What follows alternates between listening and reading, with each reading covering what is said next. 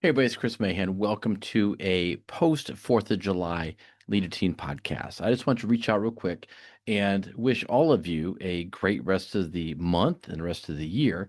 But I wanted to just also remind us that this last weekend wasn't just, a great time for our families and remember all the great stuff about our country, but we've got some things happening in our country right now that are pretty scary, like the floods in Texas.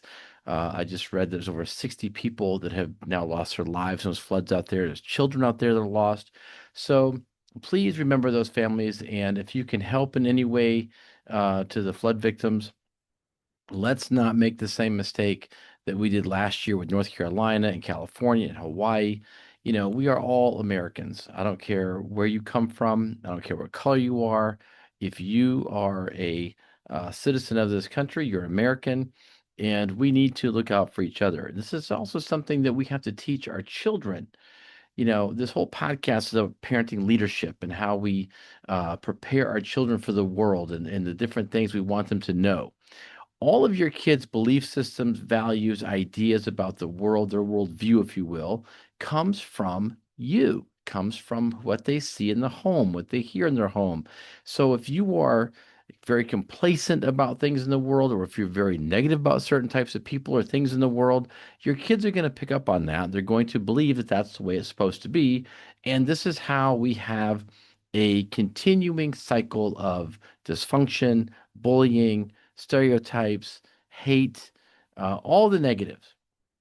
Everything that is happening in the world today could be stopped if we had more leadership in the home. Now, every time you turn on a TikTok video or a Facebook video or Instagram video or just read something in the news online, there's always a story about a parent or teenager, something just completely going haywire. All of these things, all of this crime, all this neglect by parents to their children, all this stuff can be completely avoided if in the living room there was more communication. There was more love in that communication. There was more understanding. And as parents, you might have your own worldviews of things. And I know that you're probably going, "Hey, I just believe this way my whole life. It's just how it is. It's what my mom did, my dad did. It's how I've been raised. I'm a Democrat. I'm a Republican. I'm a this. I don't like these people." It all starts at the home. And we see the effects of this in the schools. Kids are being sent home for bullying. Kids are being bullied. Kids are not wanting to go to school. In just a few weeks, we're going to be starting the new school year. So, this time every year, I encourage parents to change the way they're talking to their kids, prepare them for the next year differently than they did the year before. If you are a parent that doesn't understand about dysfunction and problems, look around. All the things that parents are complaining about today, about schools and about police and about this and about that, all of it starts in the home. Whether you're allowing them to watch things after hours online, too much time on the tablet, too much time on the computer, whether you're not there for them and understanding who they're hanging out with and what they're doing after hours or even in the home, or who they're talking to online, all of this is your responsibility. Now, there are parents after parents after parents, white, black, brown, I don't care, young, old, all of them have their own little idea of parenting. And we hear about it every day. There's the gentle parenting and this parenting and the eggshell parenting and the snowplow parent and the tiger parent and the helicopter mom. There's all these little nuances and things that we put out there. But what it all comes down to is a lack of leadership in the home. This is something that I've been promoting, screaming, and preaching about for 11 years. I've worked with over 1,000 young people. I've seen death, I've seen destruction, I've seen overdose, I've seen incarceration, I've seen homelessness, I've seen everything. And it is devastating. Suicide, all of it. I've seen it all. I tell you this because it's easy to change if you want to.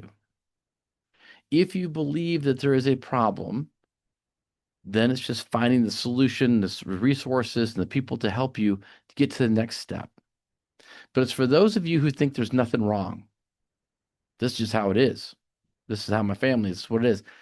You are doing yourself, your child, and society a huge disservice. Huge.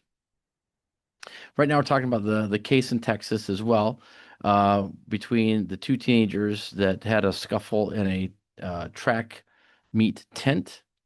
Carmelo Anthony and Metcalf um, led to a murder, and people actually supported Carmelo Anthony's parents and him in the tune of over $500,000 for legal expenses and whatnot. Now they're broke. Now they want another $1.4 million. Their kid's going to prison for life. He's 17 years old. There's no excuse. I ran track and I did basketball and I did football. And if an opposing team came over to our area, we'd be like, what's going on? Wouldn't have been a fight, but it would have been like, you don't belong here. This is our team. This is our area. Go where you want to go. And back in the 1980s, when I grew up, if somebody had tried that, there probably would have been fights. There wouldn't have been a murder, but there would have been like, get out of here. This is a competitive time. We're amped up. We're not friends right now. We're competitors right now. Go to your own place. Go to your school side. That's how it is when you're a competitor.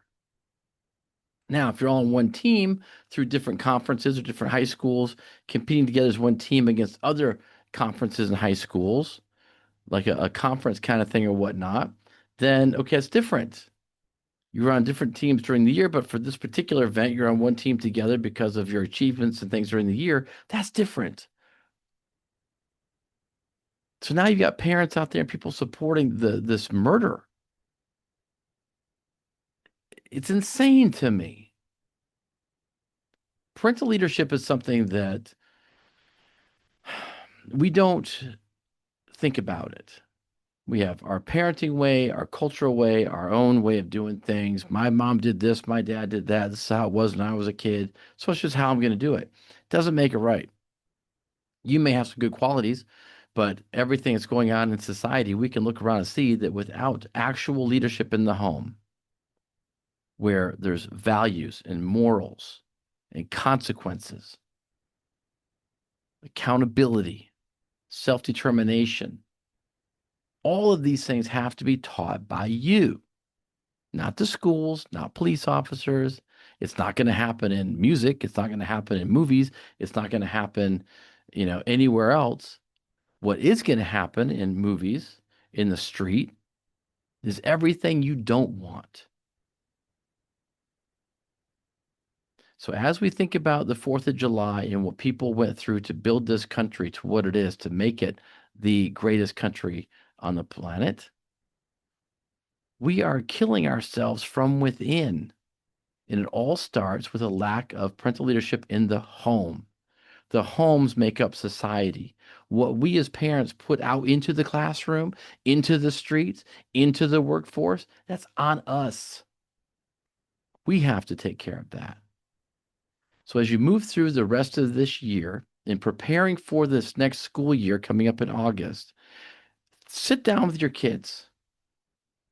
Sit down with yourself and say, what can I do better as a parent? Can I volunteer in the school? Can I actually do something? Can I help with coaching? Can I be on a PTA? Can I do something to be positive in this school environment? What can I bring to the table as a concerned parent? That's something you got to think about for you. And then you got to sit down with your kid and say, listen, I want you to think about how you can be better this year. Lose the attitude. We're all going to try and make a difference. We're all going to try and get better. And when there's challenges in the home, I've been told not to use the word dysfunction, so I'll say challenges. When there's challenges in the home, there is plenty of support services. But you have to ask. And you have to lose the attitude, lose the ego, and say, you know what? I'm having trouble at home.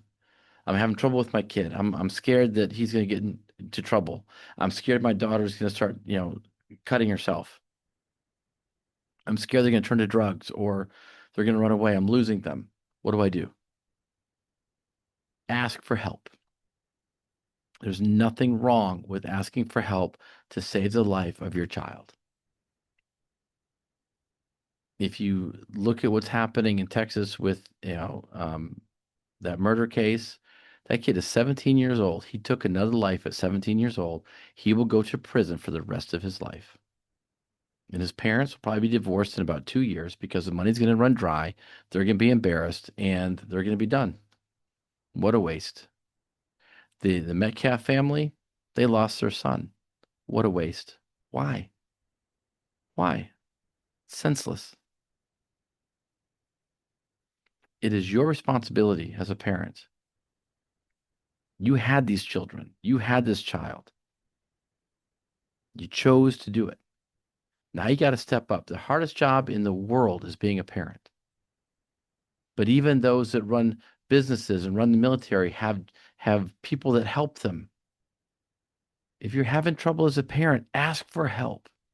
If you don't know how, email me at leadyourteen@gmail.com. I'll be happy to help you. If you're in a different state, I'm in Florida.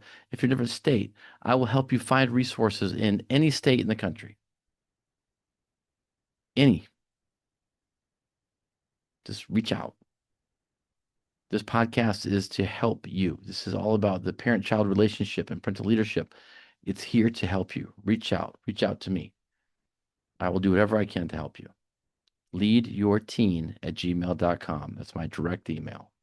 My name is Chris Mahan. You guys have an amazing rest of the week, rest of the month, rest of the year. If you have any questions, please reach out. I'm here to help you.